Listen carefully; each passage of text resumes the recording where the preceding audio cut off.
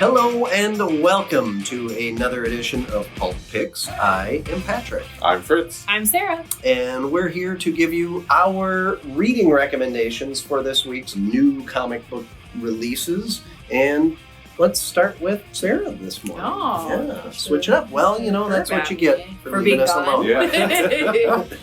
That's all right. I came back to a lot of stuff to do this. Yes. Anyway, this week I picked Nightwalker number 1. Fascinating tale.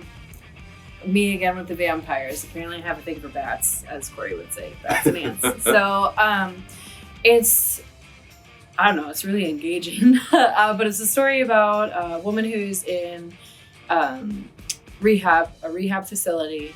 And, you know, it's the typical, like, I've been here, it's like my third time being here, and my family's ready to give up on me, and all this other stuff. And in the evening, the staff are like, okay, lights out. And everybody's upset because it's, like, early lights out. And they're like, yeah, we're sorry, but something's going on, and we'll make it up to you tomorrow. Mm-hmm. And so everybody goes to their room, and they wake up in the morning, and none of the staff are there. They're all just gone. So they don't know what's going on, they don't know where they are, but all the doors are locked. So they're just like trapped in the rehab facility. And then, you know, some crazy stuff goes down. Vampires. So I'm really intrigued to see where it goes from here. At one point they like try to break out, so they bust a window open and a bunch of them take off, and they should have stayed inside. Oh, gosh. That's pretty much what I'm going to say. They should have stayed inside and left the windows alone because it leads to some not awesome things. But the art is really fascinating. It's kind of got like a monochrome palette. It starts out in black and white, and then, you know, of course, the red is added. And there is color, but it's like very toned back so that when he does use red, it's very vibrant. It's like very present, and I always love when artists do stuff like that. Yeah, so, very cool. It is mature. There's so there's a lot of swearing in it. In a Cullen Bunn book? So just so you're aware, don't let your kids read it. Hopefully the title would scare you away from doing that anyways. Or not the title, but The cover. the cover. I knew what I meant. But yeah, it's a really solid read. So, Fritz, over to you. What'd you pick? Well, speaking of people picking things they seem to pick a lot, I picked a Star Wars title. Shocker that. This is the new Star Wars Santa Star Rose miniseries.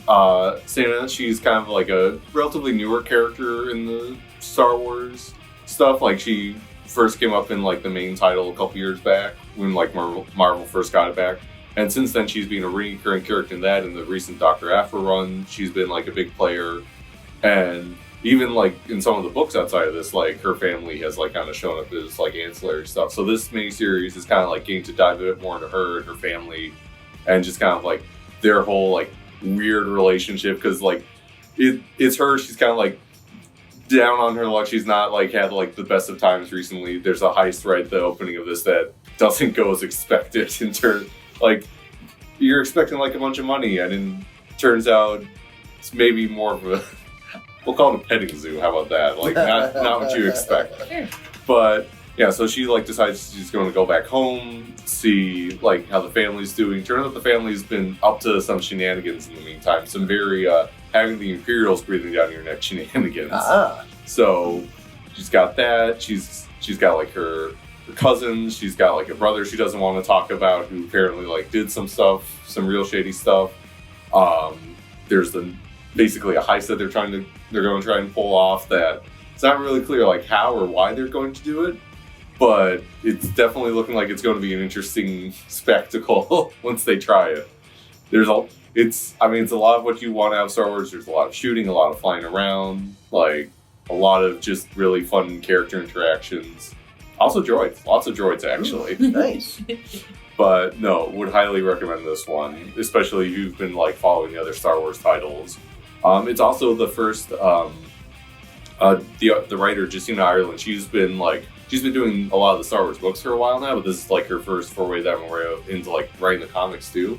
So that'll be interesting it's kind of interesting to like see her like move between the two mediums, and she does a really good job because like a lot of people who can like they're good at writing books can't write comics and vice versa. Yeah. But no, she does a great job with it. Very cool. Mm-hmm. Over to you, Exciting Patrick. stuff, yeah. Well, I picked Scarlet Witch #2 by Steve Orlando and Sarah Pichelli. The first book I thought was solid. This book definitely has more traction.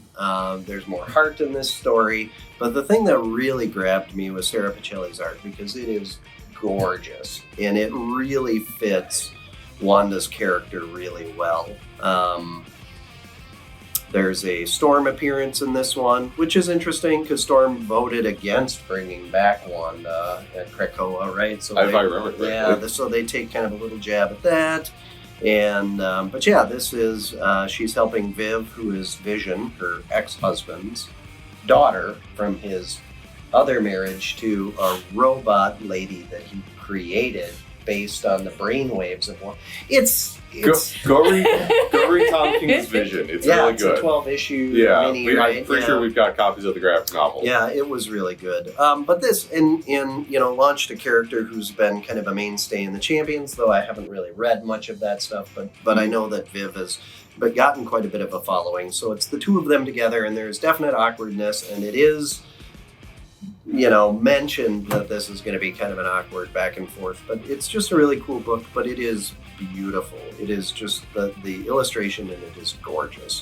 So I highly recommend it, and I think you should check it out while the series is still just getting going. Mm-hmm. So yeah, fantastic. Well, good stuff, guys. Thank you very much. We appreciate it, and we appreciate you and you coming back and watching us every week.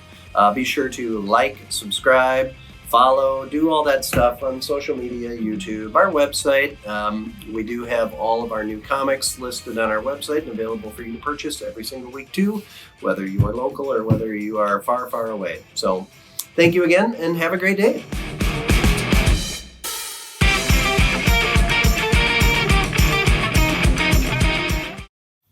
Rabbits, the Koopa